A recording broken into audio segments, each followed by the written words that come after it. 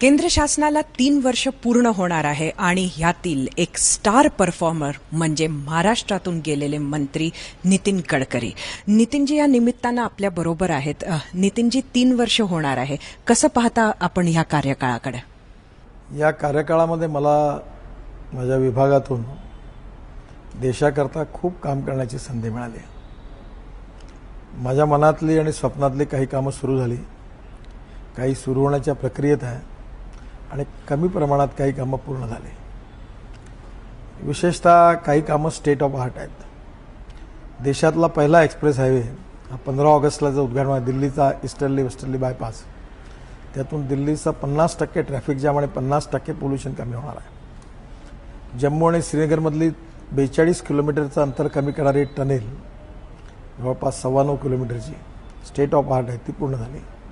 आणि त्या 26 तारखेला प्रधानमंत्री देशातला सगळ्यात लांब ब्रह्मपुत्रा 9.5 किलोमीटरचा पूल त्याचं उद्घाटन करत आहेत. आणि यावर्षी मागच्या म्हणजे मार्चपर्यंत 16,800 किलोमीटरचं काम अवॉर्ड झालं.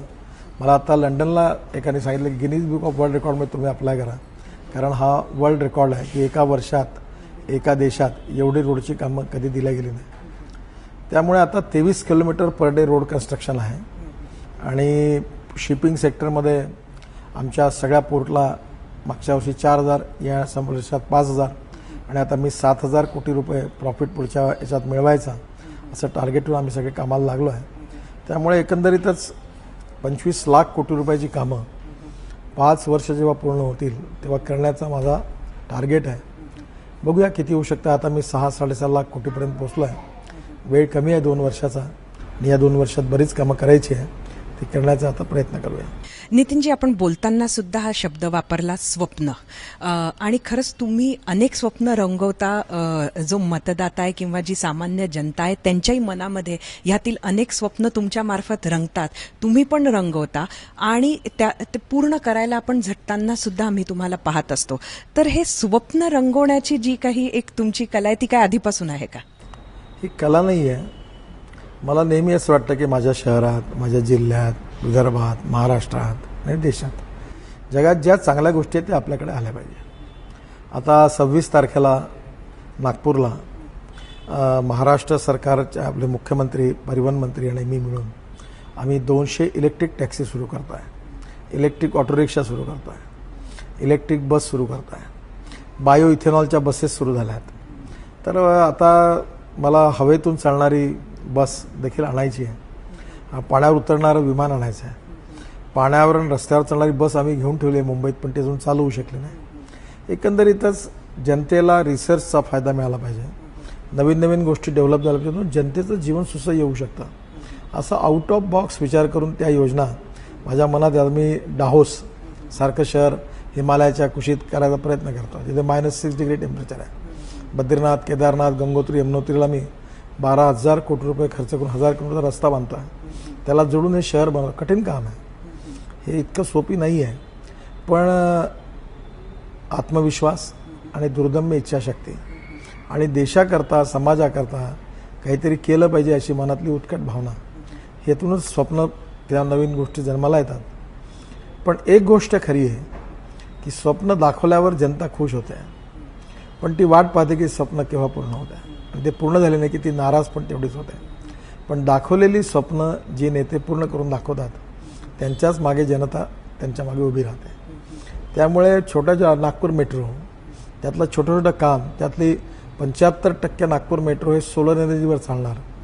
नागपूर शहरातलं टॉयलेटचं पाणी 18 कोटी रुपयात विकणं, आता त्या पाण्यापासून मिथेन काढणं, CO2 वेगळा करणं, त्यावर 50 बसेस चालवणं, अशा अफलातून कल्पना माझ्या असतात आणि मी त्या कन्व्हिन्स करून त्याच्यावर अंमल होऊन त्या यशस्वी करण्याचा प्रयत्न करतो.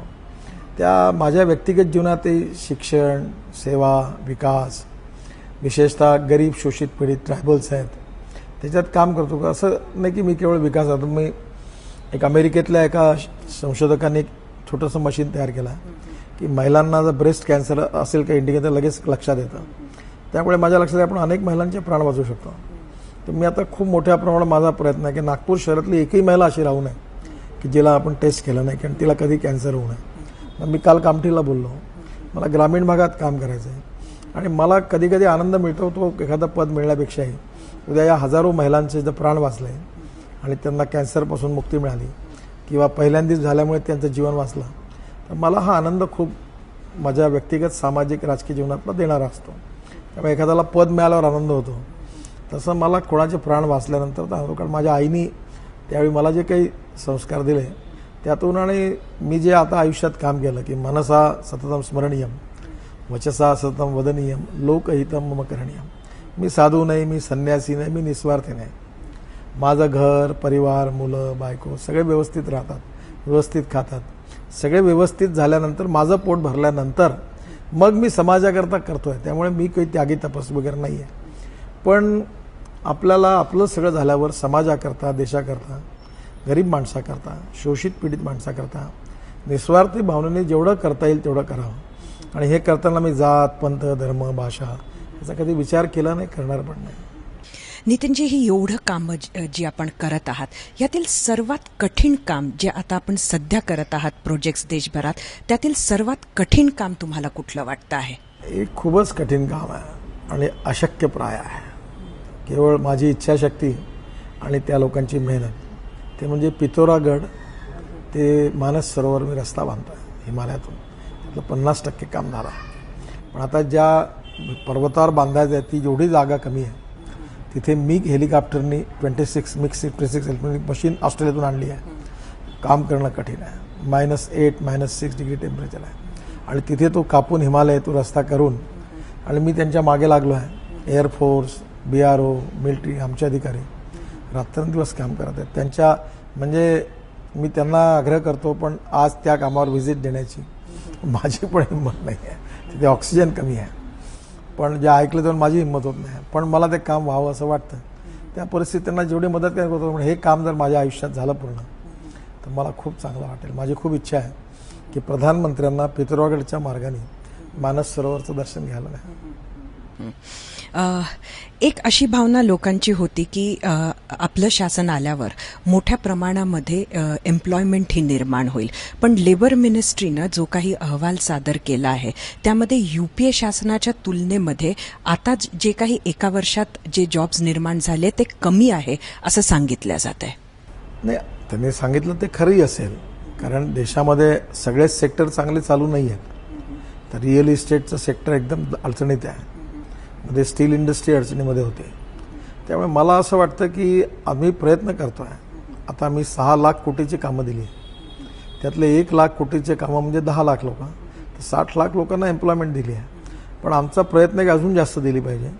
कारण तरी देशाची आर्थिक स्थिती काही वेळा आता अमेरिकेत नवीन बदल झाल्यामुळे ITच्या क्षेत्रामध्ये झालेली आव्हानं या सगळ्यातून मात करून जास्तीत जास्त 2 वर्षात हे एम्प्लॉयमेंट क्रिएट करणं, पर्यटन क्षेत्रात विकास करणं आणि इकॉनॉमी जी आहे ती रोजगार निर्माण करण्याची झाली पाहिजे. हाच आमच्या प्रधानमंत्र्यांचा आणि सरकारचा प्रयत्न आहे.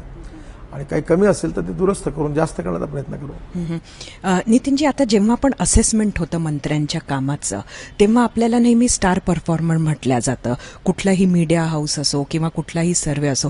मात्र अशा प्रकारचं असेसमेंट प्रधानमंत्र्यांच्या ऑफिसातनं होत असतं का सर्व मंत्र्यांच्या कामात? खरं म्हणजे प्रधानमंत्र्यांनी अनेक कार्यक्रमातून आमच्या विभागाची कामाची माझी खूप स्तुती केली आहे आणि नेहमी चांगल्या कामाला ते समर्थन करतात. पण एक गोष्ट मी सांगतो, कोणी खूप स्तुती केली म्हणून काही आनंद होत नाही आणि मी टीकाही पण सहन केली आहे, त्यामुळे दुःख होत नाही. मला ते गीत आवडलं ते मी नेहमी लक्षात असे नवी नसे नवी तरी असेल गीत आहे. तर पाडगावकर गेलेत, तर अरुण दाते आजारी आहेत. तसंच आपण आपल्या आयुष्यात काम करत राहावं, चालणाऱ्यांनी चालत राहावं, देणाऱ्यांनी देत राहावं, घेणाऱ्यांनी घेत राहावं आणि देणाऱ्यांनी घेणाऱ्याचा हात घ्यावा. मला याची चिंताही नाही, मी याचा हिशोब पण लावत नाही, माझा काही PR पण नाही आहे आणि मला करायचं पण नाही. माझ्या आयुष्यात माझं सांभाळून समाजाकरता, देशाकरता, गरीब माणसाकरता, या देशाच्या विकासाकरता कमी वेळात वन डे क्रिकेटसारखं प्रत्येक बॉल चांगला खेळून जेवढं जास्तीत जास्त करता येईल तो माझा प्रयत्न आहे.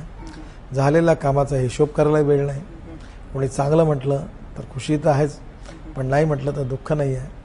पण चांगलं म्हणो वाईट म्हणो, आपलं जे उद्दिष्ट आहे ते काम करत राहणं हेच जीवनात मला संघातून विद्यार्थीपासून शिकलो.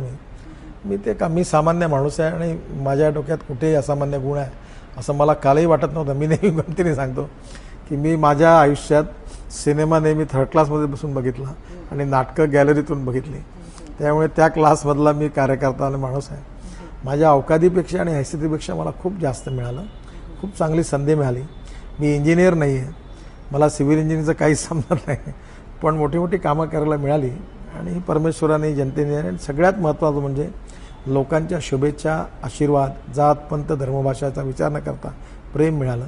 तीच माझ्या आयुष्यातली पुंजी आहे. नितीनजी, कधी कधी तुम्ही असं म्हणाला आहात की आता कंटाळा आला, मात्र तरीही जर का आता पुढचं जे काही प्लॅन आहे ते पाहिलं तर जवळजवळ पुढच्या निवडणुकीचीच तयारी नागपुरात तुमच्यासाठी लोकांनी सुरू केली आहे. गोष्ट खरी आहे की मला सारखं असं म्हणजे 3 आयकॉन आहेत. एक अटल बिहारी वाजपेयी आणि जॉर्ज फर्नांडिस.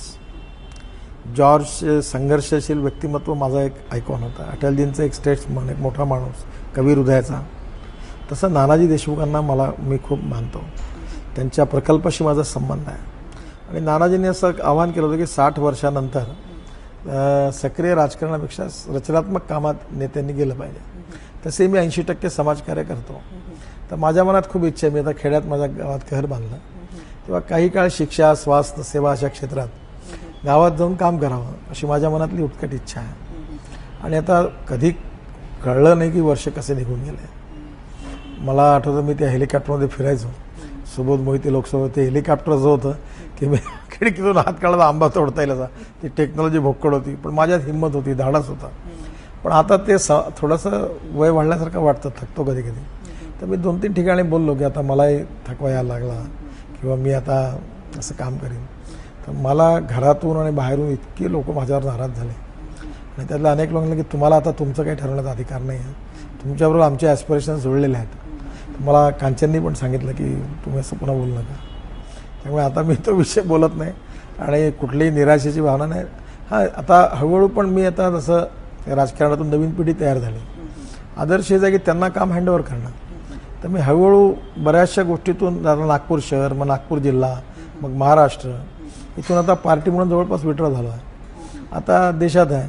आता मी माझ्या डिपार्टमेंटच्या व्यतिरिक्त फार कामात नसतो, पण याच्या करत असताना मात्र मी जे सामाजिक कार्य आहे, हार्टचे ऑपरेशन्स आहे, कॅन्सरचे रुग्ण आहेत, हॉस्पिटल ऑन व्हील आहेत, अपंगांना पाय लावणं आहे, अंध, अपंग, विकलांग, ज्यांची दिव्यांग आपण म्हणतो त्यांची सेवा करणं, हे काम मी करत असतो.